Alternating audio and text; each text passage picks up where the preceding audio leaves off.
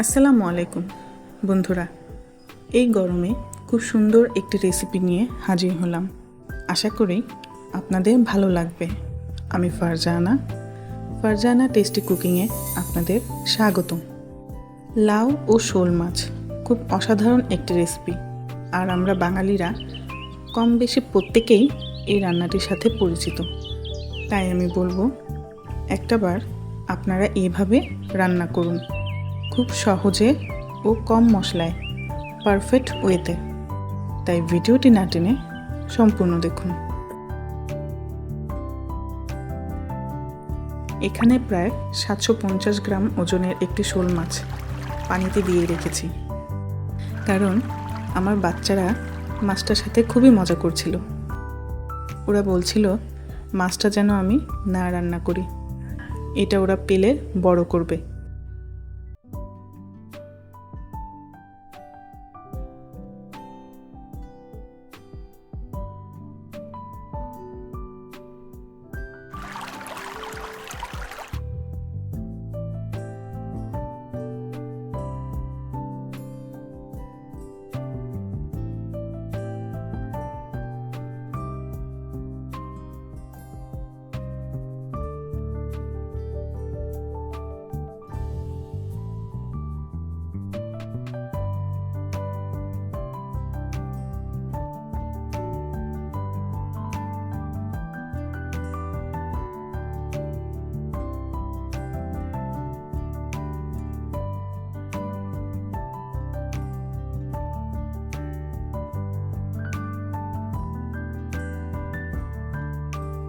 মাছটা খুব সুন্দর করে কেটে নিয়েছি।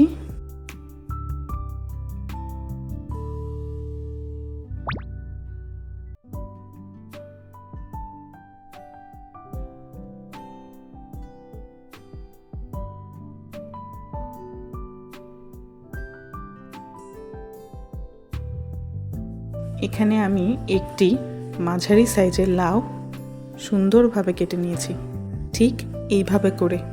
লাউটা বেশ কচি ছিল।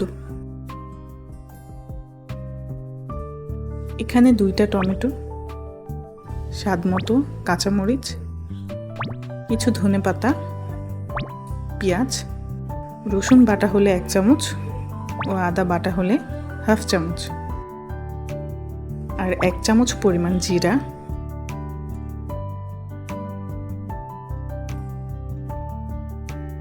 ও 1/2 চামচ পরিমাণ রাঁধুনি।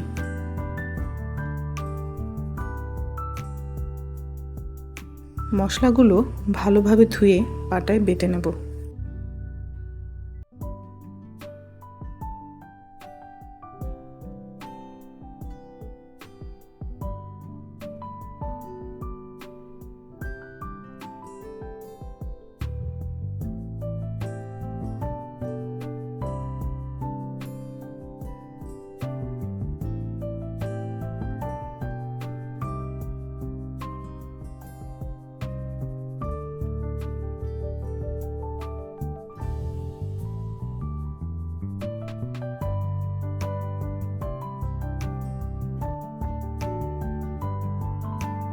এখন কেটে রাখা লাউ ও মাছ ভালোভাবে ধুয়ে নেব।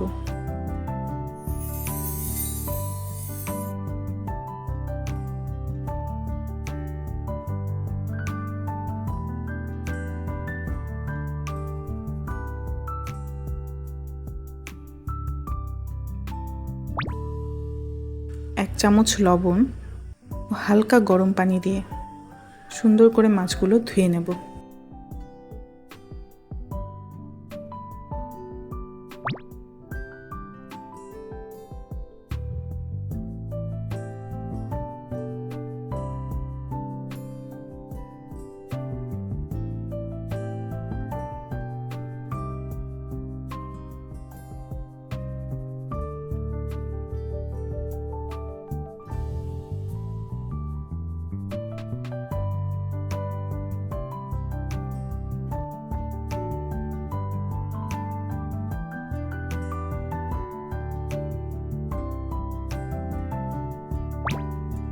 হাফ চামচ লবণ,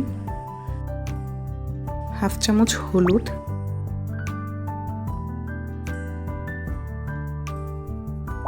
ও 2 চামচ পরিমাণ তেল দিয়ে ভালোভাবে মাখিয়ে রেখে দেব প্রায় 15 মিনিটের জন্য।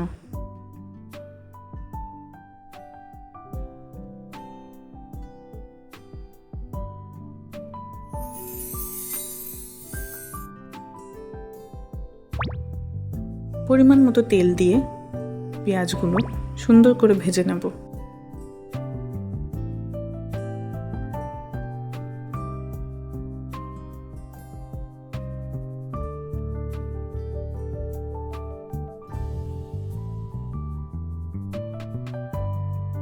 এরপর কিছুটা পানি দিয়ে দেব।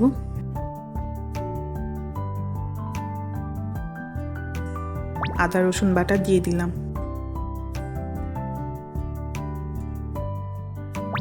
দিয়ে দিলাম জিরা ও রাঁধুনি বাটা। দিয়ে দেব 1 চামচ লবণ ও 1 চামচ হলুদ।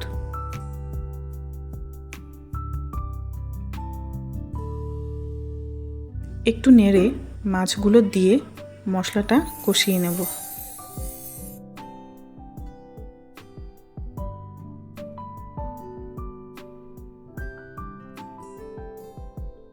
ভিডিওটি যদি ভালো লাগে অবশ্যই সাবস্ক্রাইব করুন।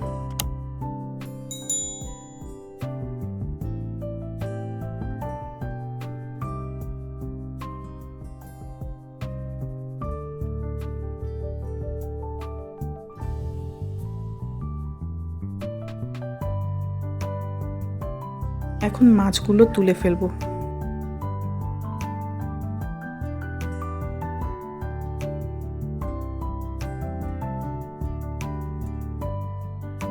এবং লাউগুলো এই মশলার ভেতরে দিয়ে দেব।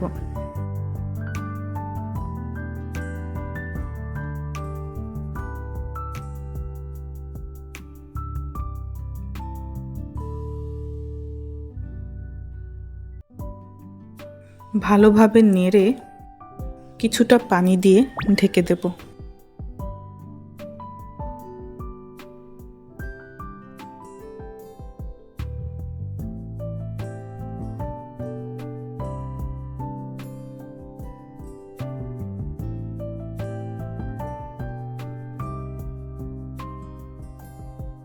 কেটে রাখা টমেটোগুলো দিয়ে দেব।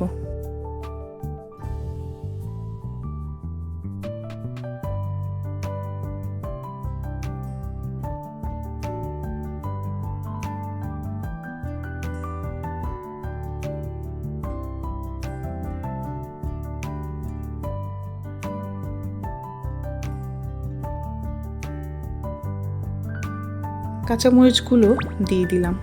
এখানে আমি শুকনো ঝালের গুঁড়ো বা মরিচ ব্যবহার করিনি।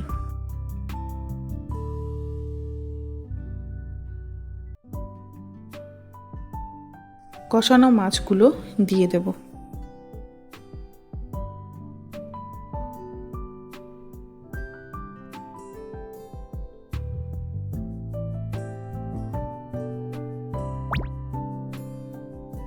দিয়ে দিলাম কেটে রাখা ধনেপাতাগুলো। প্রায় 15 মিনিট মিডিয়াম আঁচে ঢেকে রেখে দেব।